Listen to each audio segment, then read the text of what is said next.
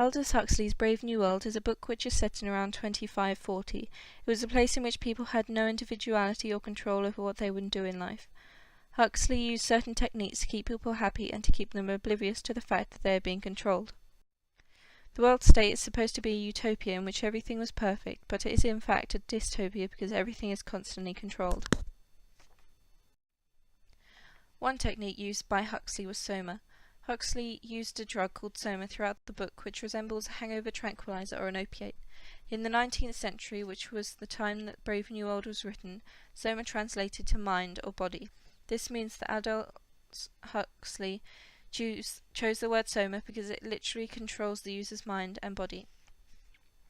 Soma was given to the people from the government to keep them quiet and opinionless.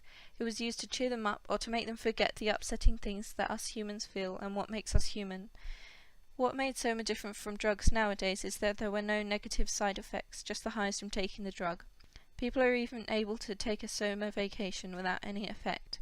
It can be used in more than one way. For example, when the riot was taking place between John and Helmholtz, there was a soma cloud dropped on the crowd to calm them down. In the lower classes, such as the epsilons, deltas, and gammas, they are ordered to take regular doses of soma per day, whereas the upper classes can, for the most part, choose how they take it and how often. Everything seems to all be fine, and everyone is happy in Brave New World because they are so dependent on soma. Drugs are often used in our world too. Drugs such as alcohol, nicotine, medicine, and sugar are used in lots of people's everyday life. People use these things to so-called loosen up, and it makes them feel better and makes them feel able to do things. Although in this day and age the drugs are not forced upon us by the government, it seems that they are not at all frowned upon if you do take these drugs. There were children in Aldous Huxley's Brave New World who were conditioned to be a certain way and think certain things. The government were trying to maintain its control over all the people. For example, in Chapter 2, the director was showing some science students around and they were observing the Bokanovsky process, which is a process of human cloning. While being shown around, there were a few babies who were being conditioned to hate nature and reading or learning. Every time the baby went to touch the books or petals, the head nurse, who was standing by a switchboard at the other end of the room, pressed down a little lever. There was a violent explosion. Shriller and even shriller, a siren shrieked. Alarm bells maddeningly sounded. The children screamed. Their faces were distorted with terror. So these babies grew up to hate books and flowers because it was ingrained into their mind that if they went near those things they would get a horrible experience, so they avoided these things completely.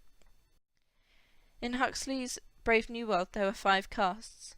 This was to make the world run better and keep everyone in order and content with how everything is. However, it completely removed the American dream, which is to be free and have a right to be who you want to be.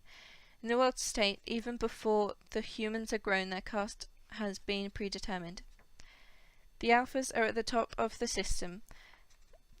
They are the ones who are intellectually superior and the ones who run the factories.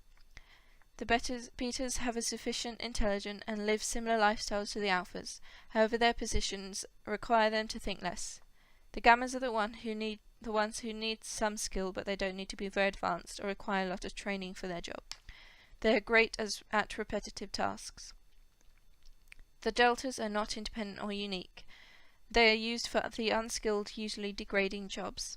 And lastly, the epsilons are not at all literate. They are made to work in jobs that no one would want to do, such as sewage labour and working in workshops or factories. They are referred to as semi-morons. The gammas and deltas and epsilons are mass-produced. The alphas and betas would socialise and interact with each other, however they would never socialise with the 3 lower groups, the gammas, deltas and epsilons. The caste system is a way that the government can control all the people and make them do what they want them to do. Huxley made the character John someone who wanted to be a part of the Indian rituals such as the whipping but was not allowed to participate, so he became a bit of an outsider. John became a main character in the story because he was an outsider in the Savage Reservation and in the world state, so there was nowhere that he would fit in. Bernard was the main character in the Brave New World until he and Lenina visit the Indian reservation and meet John. He was a character who was unknowingly quite content living in the world state. He imagined himself as a rebel who liked to think of himself as someone who was going to make a change, when in reality he was just sullen the whole time. However, in contrast to Bernard, John actually was a hero and did try to make a difference, whether it hurt him or not. John was different and did rebel against the standards of the world state. He wouldn't conform. In the Brave New World, the world state is where people are considered to be civilized and ordered.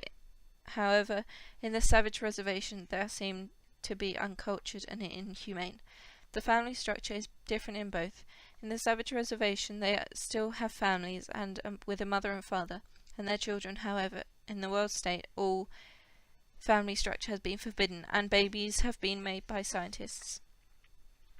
The world state does not want to encourage long-lasting relationships or feelings for another person. Their saying is, everybody belongs to everybody else. However, relationships are a normal thing to happen in the savage reservation. By using both the savage reservation and the world state, Aldous Huxley wanted the reader to think about the difference between the two and which one was really more savage. The world where you are not special or unique in any way and have no religion but are controlled constantly, or the one where you can build a relationship and it's a good thing too, but you are under a type of religion where there are rituals such as whippings. In the end, Huxley made the character John commit suicide. John was banished earlier on in the story because he had to live in a lighthouse on an island by himself. He was whipping himself, fasting and vomiting, because he wanted to get rid of the guilt he felt for the death of Linda and the sexual contact he had with Lenina. People began to watch him, and then when Lenina comes up to him, he starts whipping her. A riot then broke out, which turned into a sexual orgy. When John remembered what had happened the next day, he realized what happened, and he hated himself, so he ended up killing himself.